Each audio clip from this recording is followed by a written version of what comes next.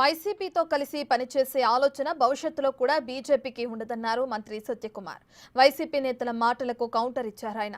YCP లాంటి అవినీతి party దేశంలో ఎక్కడా లేదని ఆరోపించారు. బీజేపీ పొత్తు పెట్టుకోమని అడిగితే వద్దనే సత్తా వైసీపీకి ఉందా అని ప్రశ్నించారు సత్యకుమార్. ఇంకా ఏమన్నారో మా ప్రతినిధి శివ అందిస్తారు. మనతో ఉన్నారు. ప్రధానంగా చూసుకుంటే సార్ చెప్పండి, అసలు వారధి కార్యక్రమం ఉద్దేశం ఏంటి? దాదాపుగా సంవత్సర కాలంగా నిర్మిస్తున్నారు టీడీపీ, జనసేన, బీజేపీ. ప్రధానంగా వాటికి సంబంధించి అర్జీలు వస్తున్నాయి? వారధి ప్రధాన ఉద్దేశం ఏంటంటే ప్రజలు అనేక రకాలైన సమస్యలు ఎదుర్కొంటున్నారు. ఆ ఫిర్యాదులతో వస్తున్నారు. ఆ సమస్యల పరిష్కారం కోసం చాలా ఆశతో ఎదురు చూస్తున్నారు.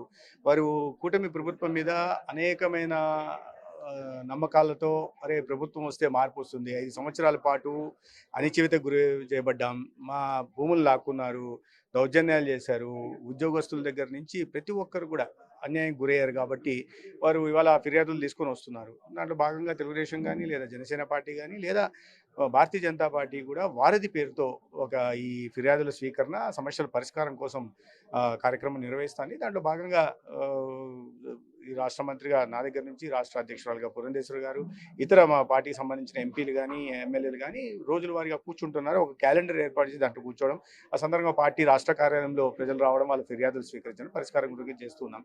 అయితే చాలా వరకు సమస్యల పరిష్కారం చాలా వరకు వస్తున్నవి రెవెన్యూకి సంబంధించి వచ్చాయి.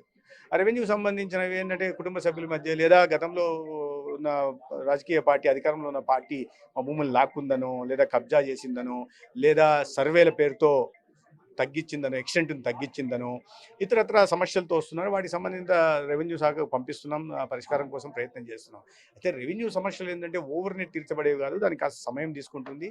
కింద స్థాయి నుంచి ప్రక్షాళన చేసుకుంటూ రావాల్సిన పరిస్థితి ఉంది. కాబట్టి ఇప్పుడు ఆ దిశగా రెవెన్యూ సమస్యలు తీరుతాం. మిగతా చాలా వరకు సమస్యలు తీర్చే ప్రయత్నం చేస్తున్నాం. ఇక ట్రాన్స్ఫర్కి సంబంధించినంత వరకు ట్రాన్స్ఫర్ కేసులు కూడా చాలా ఎక్కువ వస్తుంటాయి, చాలా జెన్యూన్ కేసులు ఉంటుంటాయి. అయితే ఒక ట్రాన్స్ఫర్ పాలసీ ఉంది కాబట్టి ట్రాన్స్ఫర్ పాలసీకి అనుగుణంగా తీవ్రమైన అనారోగ్యంతో బాధపడుతుంటే వాళ్ళకి ప్రయారిటీ ఇస్తున్నాం. అదేవిధంగా భార్యాభర్తలు ఒక చోట ఉంటే స్పౌస్ గ్రౌండ్స్ మీద ఇస్తున్నాం, లేదా కొన్ని చోట్ల మ్యూచువల్ గ్రౌండ్స్ మీద కానీ వాళ్ళ అవసరాలను బట్టి మేము కూడా ఇటీవల ఈ డిసీజ్ బర్డన్ ఏవైతే 10 వ్యాధులు ఉన్నాయో వాటిని గుర్తించాం. కాబట్టి దానికి అనుగుణంగా ఈ హెచ్ఆర్ రీడిప్లాయ్మెంట్ కూడా చేస్తున్నాం.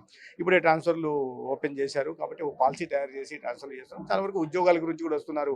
ప్రజలు గతంలో ఏం చేశారంటే ఎటువంటి నిబంధనలు పాటించుకోకుండా ఎవరికి కావాల్సి తీసి పడేయడం, కావాల్సిన వాళ్ళని పెట్టుకోవడం, మందిమాగుల్ని ఈ రకంగా చేశారు.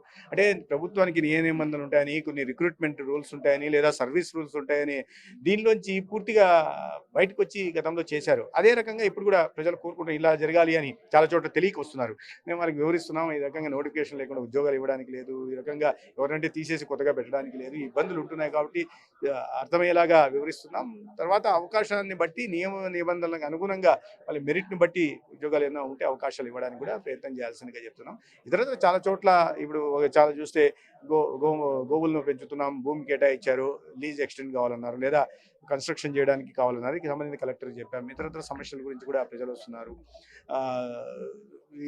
వీటిని గుర్తించి అవకాశం ఉన్నంత వరకు అక్కడికక్కడే వాటిని పరిష్కరించే దిశగా కూడా ప్రయత్నాలు చేస్తాం. సార్, ఇటీవల కొవ్వూరు మాజీ ఎమ్మెల్యే ప్రసన్న కుమార్ రెడ్డి మాట్లాడుతూ గత ప్రభుత్వంలో మోడీకి రాజ్యసభలో, లోక్సభలో మద్దతు పలికాము, ఎన్డీఏతో కలిసి ఉంటే గెలిచేవాళ్ళం, 20